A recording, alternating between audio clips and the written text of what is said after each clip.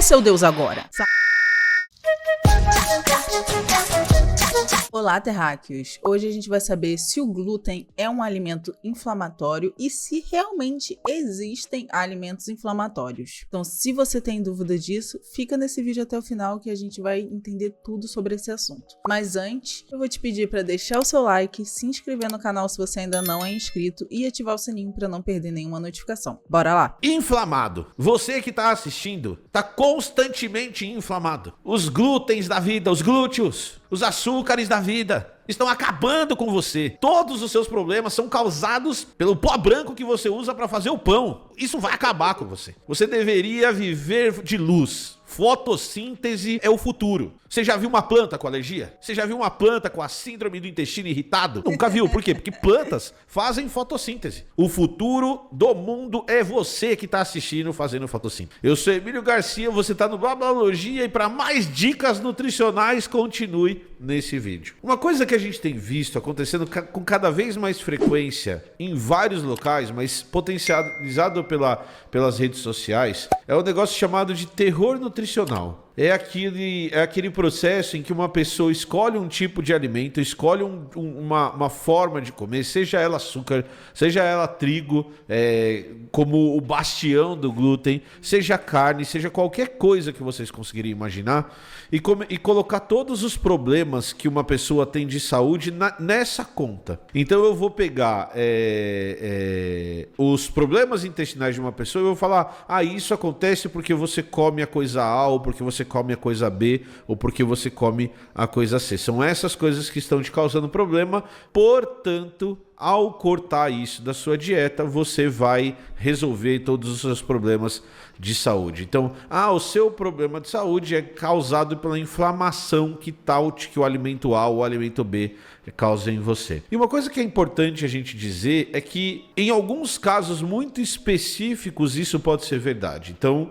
por exemplo, em relação ao glúten, tem um grupo de pessoas que tem uma doença conhecida como doença celíaca, que é uma doença autoimune estimulada pelo glúten. Então, a substância que faz com que o sistema imunológico da pessoa ataque o próprio organismo é o glúten.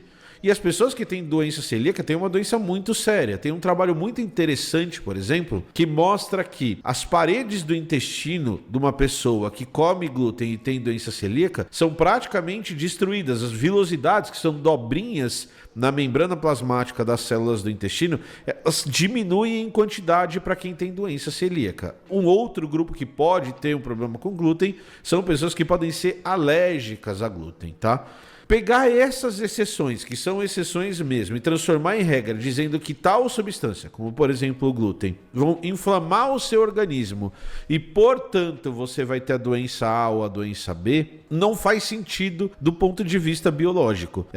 A maioria das pessoas da população comem qualquer uma dessas substâncias e não tem esses problemas descritos. Então, o que a ciência está tentando fazer ela pega essas pessoas que têm um problema real, tenta entender como esse mecanismo funciona nessas pessoas, e ela pega um outro grupo de pessoas que são aquelas que não ficam doentes ao comer glúten, e vai tentar entender, ou ao comer açúcar, ou qualquer outra coisa, e vai tentar entender o funcionamento disso, vai descrever, vai olhar a natureza daquilo e vai tentar produzir ciência, vai tentar descrever o funcionamento daquele sistema, beleza? Apesar disso, apesar da gente entender que parte da população, uma parte muito pequena da população vai ter essa relação prejudicial com algo que comeu, o que a gente percebe é um aumento na quantidade de pessoas descrevendo sintomas. Então, eu melhorei a hora que eu parei de comer glúten, que é o tema do vídeo de hoje.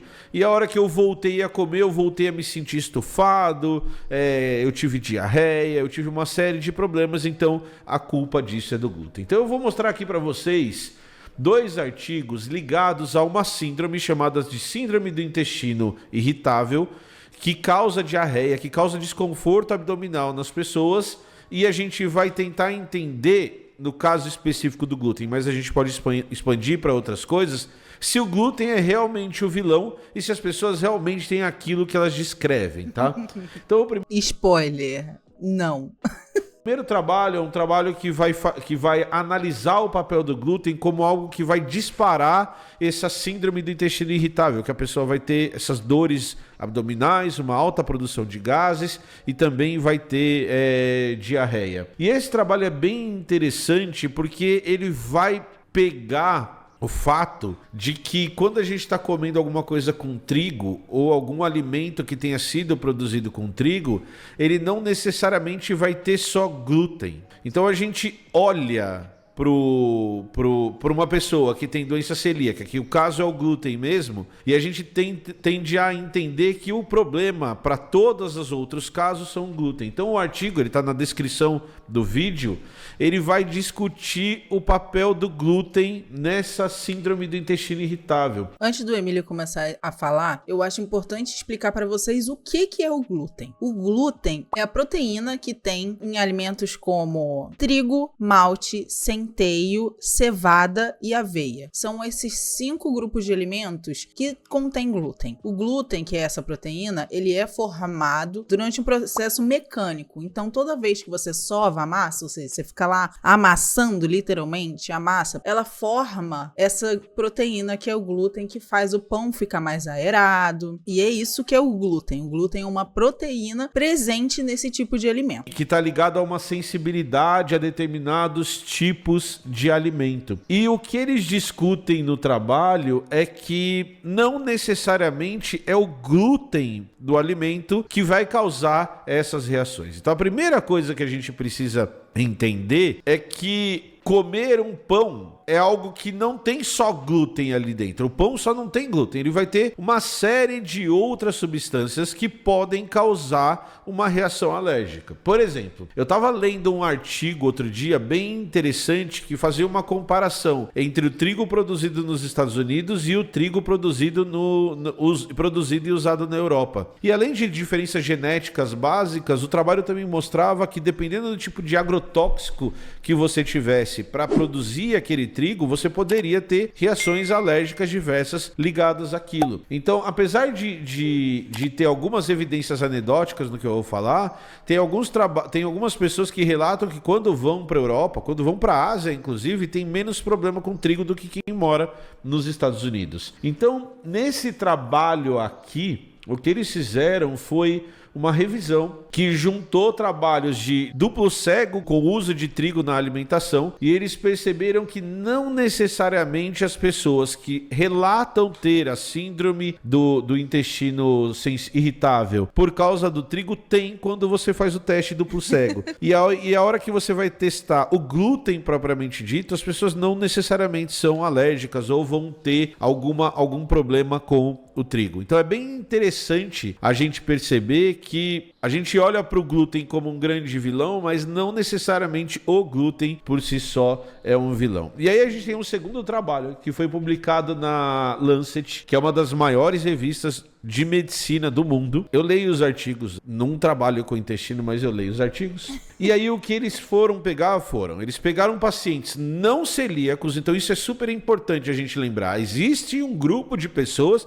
que realmente são afetados pelo glúten. Sim. A gente não tá falando dos celíacos, a gente tá falando dos não celíacos, tá bom? E eles foram fazer um teste duplo cego com essas pessoas para ver o efeito nessas pessoas. Só que é importante dizer, outra coisa importante, o que é teste duplo cego? Teste duplo cego, para você que assiste ou já assistiu Grey's Anatomy, provavelmente tu sabe o que é um teste duplo cego, mas eu vou te explicar para você que nunca viu. Duplo cego é um teste que a gente faz quando a gente está fazendo alguma pesquisa que quer testar algum tipo de substância, ou seja, nesse caso, a gente vai testar se o glúten afeta pessoas que não têm doença celíaca. E aí, você vai fazer a pesquisa, e aí você vai dar lá o glúten para as pessoas. Só que, no caso do teste duplo cego, nem o pesquisador, nem o paciente, ou seja, a pessoa que está fazendo parte da pesquisa, vai saber se ela está realmente utilizando a substância ou não. Lembra do Grey's Anatomy? Quem tá ligado, deixa aqui nos comentários pra eu saber quem assistiu Grey's Anatomy. Mas é mais ou menos isso o teste duplo cego. Apesar de serem não celíacos, essas pessoas relatam ter a síndrome do intestino irritável e relatam que o que desencadeia essa síndrome do intestino irritável é o glúten, tá? Só que aí eles fizeram um teste duplo cego da seguinte maneira. Eles pegaram esses pacientes que tinham a síndrome do intestino irritável e dividiram em 4 grupos. O primeiro grupo não recebia glúten, era um pão sem glúten. E o segundo grupo era um pão com glúten, beleza? Esses grupos eram divididos. Eu dizia pra ele que ele estava comendo glúten. Eu dizia pra ele que ele não estava comendo glúten. O outro eu dizia que estava comendo glúten. O outro dizia que não estava comendo glúten, certo? Tá vendo? Ninguém ali sabe se tá comendo glúten ou não, na verdade. Nem os pesquisadores sabem quem é o paciente que tá comendo glúten ou não. Então, grupo sem glúten. Um achava que estava comendo, outro achava que não estava comendo. Grupo com glúten. Um achava que estava comendo e um achava que não estava comendo. Ficou claro o método? Então eu tinha 4 grupos. Com glúten que sabia que estava comendo glúten. Com glúten que não sabia, que achava que não estava comendo. Sem glúten que achava que estava comendo glúten. Sem glúten que não achava que estava comendo. Olha que interessante. O que eles estavam tentando medir nessa brincadeira? Eles estavam tentando medir o efeito psicológico do glúten. Famoso efeito placebo, que acontece quando você acha que está utilizando certa substância e não tá, e aí você começa a sentir os sintomas que aquela substância daria para você. Quem nunca teve um amigo que ficou bêbado sem estar bebendo de verdade? Eu já tive. No que o corpo das pessoas estava expressando. E eles escrevem um fenômeno bem legal que você que está assistindo o vídeo talvez conheça, chamado de efeito nocebo. Então, olha que interessante. Quando a gente vê a interação de uma substância com o organismo, a gente tem que tomar cuidado porque o nosso organismo, através do nosso cérebro, produz uma resposta independente daquilo que a gente está tomando ser verdade ou não. Quando essa resposta é positiva, eu chamo de efeito placebo. Então, quando eu tomo uma pílula que só tem açúcar e eu falo que a minha dor de cabeça passou por causa da pílula... Quando eu tomo uma homeopatia e eu acho que curada por causa da homeopatia, eu estou sofrendo de efeito placebo. Tive um efeito placebo. O efeito oposto, que é o efeito negativo ao tomar alguma coisa, é chamado de efeito nocebo. Então, o que os pesquisadores perceberam é que parte daquilo que as pessoas que têm síndrome do intestino irritável descrevem como algo ruim, a partir da ingestão do trigo, do glúten na figura do trigo que elas estão comendo, é causado por um efeito nocebo. Então, ou seja, um efeito psicológico no seu corpo. Olha que doideira, não é? Quando a pessoa comia o pão com glúten e sabia que estava comendo, os efeitos que ela relatavam eram muito piores. Então, Cara, nosso cérebro é muito foda, vai tomar no... Muitas vezes o que os pesquisadores discutem a partir disso, aquilo que a gente está vendo se expressar no corpo das pessoas, está muito mais ligado ao que o cérebro dela está produzindo de resposta do que ao problema que a gente vai ter real de alergia ou de alguma reação do organismo ao glúten ou às substâncias presentes naquele pão que as pessoas estão comendo. Vendo isso, vocês conseguem entender o quanto é nocivo que esses coaches e influenciadores fitness de internet vivam propagando notícias falsas sobre alimentos como glúten, como leite, né? Quando algumas pessoas propagam essa informação sem ter nenhuma evidência científica de que aquilo é relevante, você acaba gerando esses terrorismos nutricionais em cima de alimentos que, se você olhar, a ciência não evidencia que eles fazem mal à saúde de ninguém. O glúten entrou nessa leva, o leite entrou nessa leva, o ovo já uma época entrou nessa leva. E assim, eu vi uma reportagem semana passada no jornal O Globo fazendo terrorismo nutricional em cima de pão de forma, gente. Falando que comer pão de forma era horrível, porque pão de forma é um alimento ultraprocessado e blá blá blá, é melhor comer pão francês. Deixa eu te contar um negócio. O pão francês que o padeiro faz lá na padaria vem de uma mistura para pão francês ultraprocessada que a galera compra no mercado. Quem é seu Deus agora? Porque, assim, qual era o objetivo dessa matéria? Primeiro que ele dizia que o Guia Alimentar Brasileiro classificava o pão de forma como um alimento ultraprocessado, e isso não é verdade. O Guia Alimentar da População Brasileira classifica o pão como um alimento processado. E aí, no Guia Alimentar, uma das recomendações é para fazer da base da sua alimentação alimentos in natura ou minimamente processados e evitar o consumo de alimentos processados e ultraprocessados. Então, ok, não é um alimento que seja incrível para você comer toda hora, mas também não é para você criar um terror em cima de um alimento que faz parte da alimentação da maioria dos brasileiros, que tem gente que come pão de forma todo santo dia, e que você falar que o pão francês é melhor que o pão de forma nesse sentido é uma mentira. Então, assim, uma das coisas, inclusive, que o Guia Alimentar da População Brasileira indica nos 10 passos para ter uma alimentação saudável é você ser crítico em relação às informações que você vê sobre alimentação em mídias sociais. E é isso que a gente tem que fazer. Quando a gente vê um profissional ou não profissional, né? Se for não profissional, já acende a lanterninha, né? Já começa por aí. Agora, se você vê um profissional fazendo, se não for nutricionista fazendo recomendação nutricional, tu já desconfia. Agora, se o nutricionista tá fazendo uma recomendação que é muito restritiva ou que generaliza alguma coisa para um grupo muito grande de pessoas, já tem que acender uma lanterninha vermelha na nossa cabeça que aquela informação não é segura. E se você desconfiou de que alguma informação que aquele influencer te deu não tá batendo muito legal, pesquisa na internet, mas pesquisa em lugares seguros, em lugares que realmente fornecem informações científicas de forma confiável. Vai no PubMed, vai até no Google acadêmico, gente. Não acredita no Tua Saúde, não acredita no blog do fulaninho. Tem que ter minimamente um respaldo científico e para isso tem que ser um artigo, sabe? Não dá pra gente acreditar em qualquer influencer de internet porque a gente tá vendo que, na realidade, tem uma galera que só tá espalhando desinformação ao invés de informação. O cuidado que a gente tem que tomar é que mesmo que o nosso organismo produza uma resposta, se a gente não investigar aquilo a fundo, se a gente não for atrás daquilo a fundo, a gente pode ter um resultado que, na verdade, é uma coisa da nossa cabeça, literalmente. E por que discutir isso é importante? Porque a hora que a gente entende isso, a gente entende que uma parte muito pequena da população pode ter um resultado real de doença celíaca ou de alergia a trigo, e aqui é uma coisa super importante, não necessariamente é glúten, pode ser alguma coisa que venha com o glúten, que venha com o trigo, a gente diminui muito a ideia do terrorismo nutricional. Então a primeira coisa que eu tenho para falar para vocês é, a não ser que você seja uma pessoa que tenha essas características reais, trigo não faz diferença na sua vida. Na verdade, tem alguns trabalhos que mostram que trigo é muito importante no desenvolvimento da humanidade ao longo da história. Então se você pensar que você deveria cortar tal tipo de alimento porque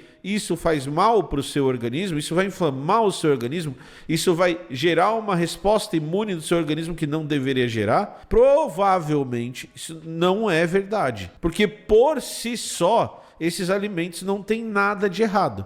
E que às vezes, e o trabalho mostra isso de uma maneira bem interessante, aquilo que você está relatando é uma coisa que é uma resposta, é o efeito nocebo, uma resposta que o seu organismo está gerando à percepção de que você está comendo trigo. Então, toma cuidado com o terrorismo nutricional, toma cuidado com qualquer pessoa que fala sem te conhecer, sem te olhar, sem fazer qualquer exame, que você deveria deixar de comer A ou deixar de comer B, porque a sua vida vai ficar melhor, mesmo que seja um nutricionista. Você foi no nutricionista, ele vai falar, corta o pão, por quê? Porque pão inflama, porque pão faz isso, pão faz aquilo? Não, não é isso que pão faz, isso não é uma verdade, tá bom?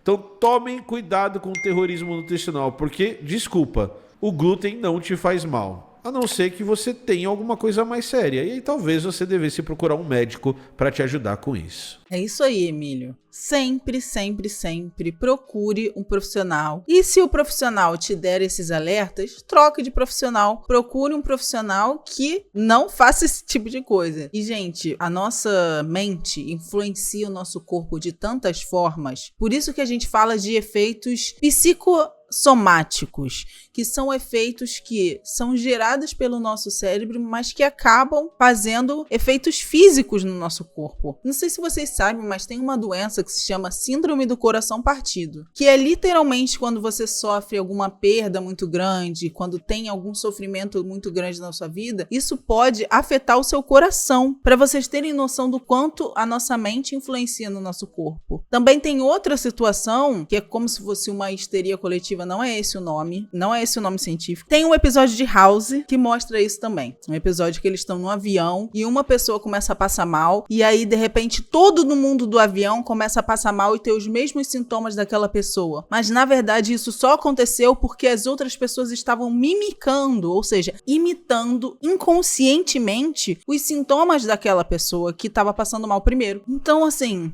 nem tudo que você acha que foi efeito daquilo ali, até porque eu e minhas colegas nutricionistas costumamos falar que depois que a gente põe o alimento da boca para dentro, sabe-se lá o que vai acontecer, por mais que a gente ache que a gente sabe, a gente não sabe de fato. Então, assim, por mais que às vezes você acredite que foi porque você parou de comer o pão que você ficou menos inflamado, ou que isso te deu menos sintomas, talvez tenha sido outra coisa, ou talvez seja só coincidência. E aí você vai associar uma coisa a outra. E é por isso que experiências individuais não podem gerar recomendações coletivas. E é isso que vocês têm que ficar de olho quando vocês virem alguém falando: ai, funcionou pra mim. Muito que bem, funcionou pra você não quer dizer que vai funcionar pra mim. Se isso for um consenso científico, aí a probabilidade que funcione pra maioria das pessoas. Se não, provavelmente não. Então, fiquem de olho. Eu vou deixar aqui no comentário fixado o link do Guia Alimentar da População Brasileira, que é o melhor documento que vocês podem ver para se orientar em relação à nutrição. Então, vou deixar aqui no comentário fixado.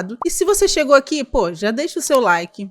Se inscreve no canal se você ainda não é inscrito. Ativa o sininho para não perder nenhuma notificação. E compartilha esse vídeo com alguém que vive fazendo terrorismo nutricional com você.